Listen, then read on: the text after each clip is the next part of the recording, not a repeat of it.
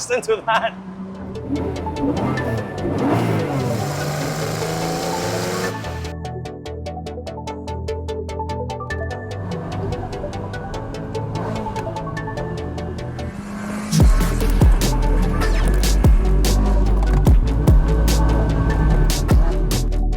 Hello and welcome to a brand new episode of Instacar HK. Today we're reviewing this 1999 Lamborghini Diablo Roadster. Now I'm extremely excited because this is our second ever Lamborghini that we've ever reviewed. The first one, of course, being the Murcielago 40th anniversary a few years ago. Now, although I'm known to be a Ferrari fan, but I've actually always also been a fan of older flagship 12-cylinder Lamborghini models, just that I was never able to afford them. So today, have the chance to review the Diablo is a really special treat. Now, you guys all know the general background and history of the Diablo. It is, of course, the replacement for the super iconic and successful Countach. But a bit of a background, the car was right in the midst of the whole mid-12-cylinder engine flagship rivalry between Ferrari and Lamborghini, which, as I've mentioned in many previous episodes before, started when Lamborghini created the whole supercar design with their Miura, the mid-engine 12-cylinder Miura. After that, Ferrari had to play catch-up and release the Berlinetta Boxer. After a while, Lamborghini Countach came out.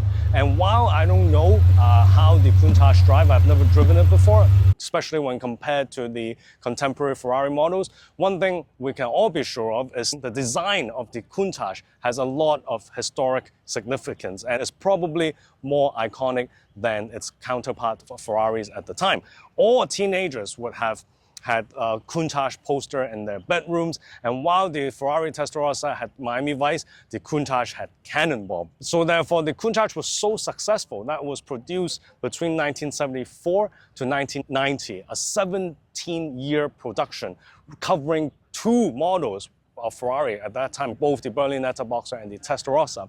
So by the time of 1990, the Countach was really aging a bit and Lamborghini desperately needed a replacement. And this was the replacement, being the Diablo.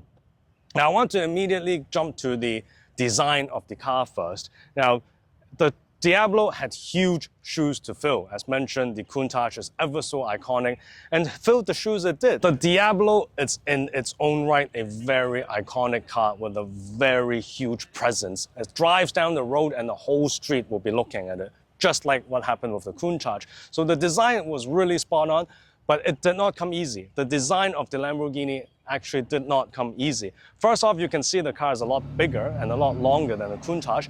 Part of this reason is because by then, Lamborghini had to comply with those silly US impact bumper laws. Now those laws have really caught a lot of manufacturers out because they simply couldn't get around the design of those ugly black rubber bumpers. Now Porsche G-Series car already kind of incorporated it well, but no one did it as well as the Lamborghini Diablo, because if you look at the car, you don't see any of those black rubber bumpers, ugly rubber bumpers. It's because Lamborghini had beautifully incorporated it in their design. So if you look down here, this is where you see the impact bumpers, the ugly black plastic impact bumpers. And what Lamborghini did was to hide it and incorporate it under this upside hanging rear bumper, which no one could ever tell. It looks so natural and beautiful.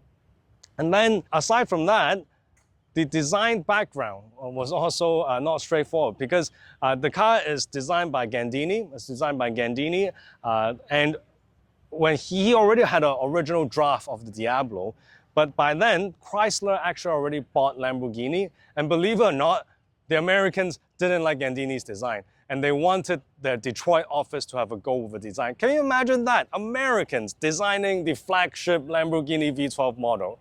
I mean, honestly, the Americans are great in a lot of things, but when it comes to car designs, they can't hold a candle to Italians. So that obviously didn't work, and Lamborghini had to go back to Gandini and beg him to come back to design it. But by then, the first design of Gandini actually already went to another car company. It went to an independent Italian/American company called Sizzetta. And they did come out with one model with Gandini's original Diablo design. We can put up a picture on this. So Gandini had to have a second go, a second bite of the cherry for the Diablo, and luckily, the second design actually, to me, looks better than his first design. So there's a bit of a silver lining there. Moving on to the engine, it has Lamborghini's 5.7-liter V12 engine pumping 530 horsepower. This is the facelift model, so it is a bit more powerful. But as mentioned in my videos before, the V12 engine in the Lamborghini actually can all trace its roots back to the original first ever Lamborghini car, being the 350 GT. Of course, they've enhanced a lot, output power and whatnot throughout the years, but the whole DNA, the roots of it can actually go back all the way to the original 350 GT. And that was the case until the Aventador, where they came out with a brand new engine. So it's quite special, the fact that, that engine lasted since the 350 GT to the Murcielago. Today we have the Roadster version. It's a facelift. It's a 1999. The original Diablo came out in 1990, first with rear-wheel drive and then very quickly with the VT four-wheel drive. And in 1999, they had this facelift version, including a Roadster. And this is actually a very, very rare car because the Lamborghini only made about 100 of the Roadsters.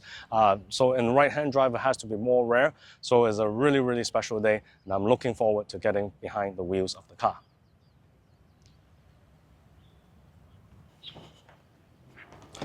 Right, so it's time to go for a drive. It's actually not too undignified. Getting in, it's quite easy. The seal is not that high. Of course, the iconic Lamborghini scissor doors. Oh, you see me keep reaching on the right. One special thing about the Diablo is actually the seat belts are from the middle. Easy mistake. So let's close the door. It's quite heavy. It's heavier than you expect, the doors. Right, okay. First impression, wow. The front is really long. You feel like you're sitting like 10 foot behind the windscreen. So this one is already better because the earliest ones, the earliest Diablos actually have what they call the cliff dashboard, because they have this dashboard which is like basically a mountain sitting right on top of the remainder of the dash. Fortunately, they changed that very shortly after, so now they have a more normal dashboard, which all looks good. Very small steering wheel, surprisingly small. The steering wheel looks very small. Very wide car, otherwise very wide transmission tunnel. The pedals, the pedal position is a bit slanted towards the left, which is normal for right-hand drive cars of this vintage. So let's start. The normal key.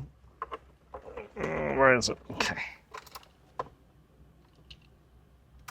Oh no, you have to do this. They have this button you have to do before you can start. It's kind of like an alarm immobilizer system. Okay. Let's see if that does the trick. Oh no, that does not do the trick. Okay. Where's, okay. Oh, okay, that did it. I don't know, you have to press it twice or something, but that's funny, okay. And then it starts. Of course, by this era, the Lamborghini needed to be fuel injected, so unlike the Countach, it's no longer a carburetor, so it's a very easy start. Now the pedals, aside from slanting towards the left, the brake and gas pedal is actually very close together.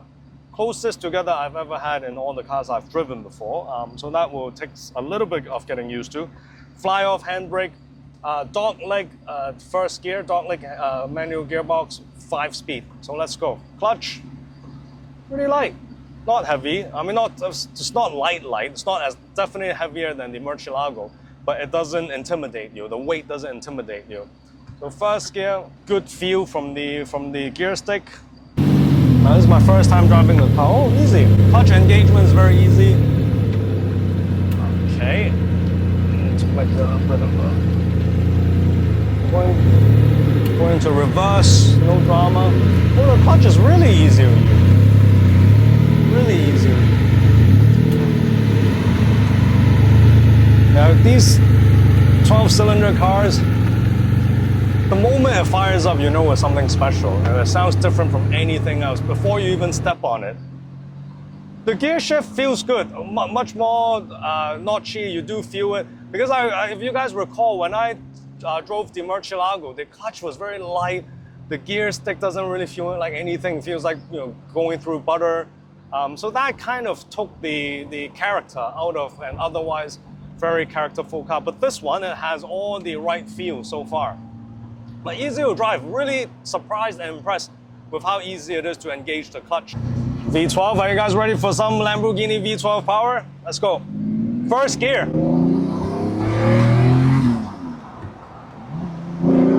Oh.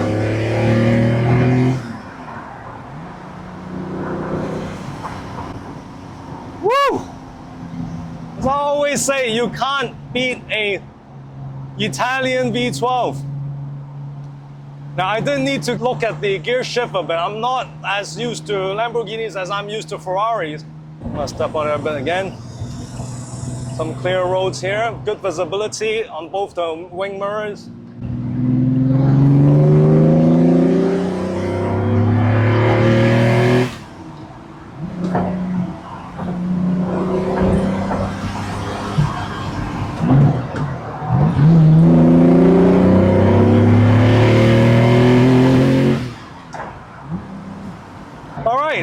First impression, the engine, wow, it's a V12, sounds amazing.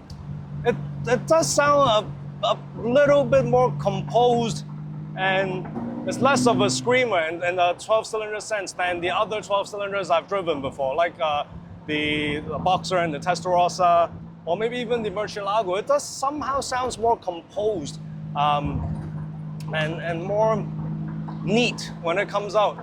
So less of a roar somehow. Still sounds nice, but it's just a different sort of engine note than what I had anticipated. Power, interestingly, I mean, it's a powerful car, it's a fast car, but there really isn't much before 4,000 RPM. There really isn't much. I mean, it's a naturally aspirated, obviously, but it does feel a bit like a turbo. So you feel there's nothing, 3.5, 4,000, then it comes, then the power comes.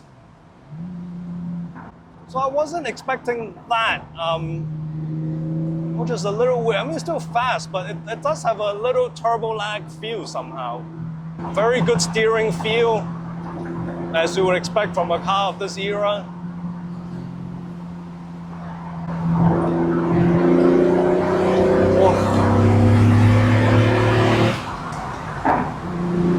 Oh, listen to that.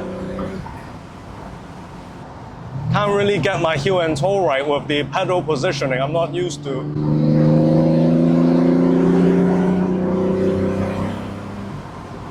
Well, visibility is really good all around, front, side, huge side windows, and the rear. So none of that problem you hear people talking about for the Countach, when they can't see out anywhere. Brakes feel good. I mean, we're not doing a lot of heavy braking, but the brake pedal behaves just as you expect.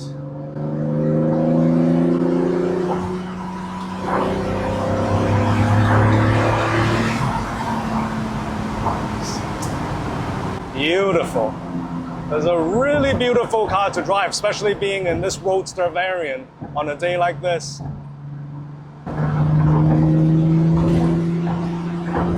Oh. This is intoxicating, the noise it makes. Okay, heavy braking. Okay, the brakes, when you need them more urgently, you do get reminded that it's a 90s car with 90s brakes. And the car, while it's not a very heavy car at 1,600 kg, it's still not a light car. Okay, that was really fun. That was exhilarating. Finally, behind the wheels of the mighty Lamborghini Diablo. So, some conclusion, the car is very refined, very easy to drive, but with the right feel and touches. So in that sense, it's a lot better than a Murcielago. As I've mentioned, the Murcielago was a bit too light on the feel, to the touch. The gear shifting was very light, the clutch was very light. Here, everything is just at the right level to make it a very drivable car. I can really imagine if I own this car, I will use it quite a bit, honestly. And you know, the owner of this car does. A lot of you have seen photos of his cars online before. So it's actually a relatively quite usable car.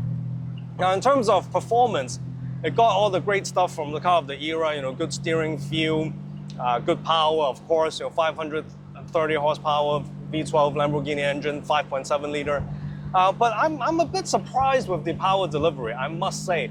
I don't know if it's specific to this car or are all Diablos like that, but as I said, it does feel a bit laggy until it gets to 4,000 RPM, which is surprising considering it's a naturally aspirated car.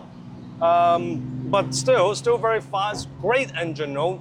Again, sounds a bit different, the engine note from the other V12 I've driven before, but not a bad thing, it still sounds great. You see I was driving non-stop just now.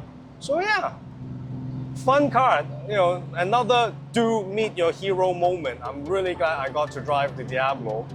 So if you guys like this video, if you guys enjoyed this video as much as I enjoyed this amazing car, please give us a like, please subscribe, please remember to click the bell button next to the subscribe button so you know when our next video is coming. Thank you and have a good day.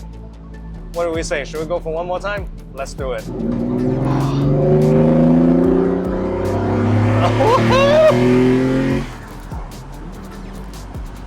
Amazing! Just amazing.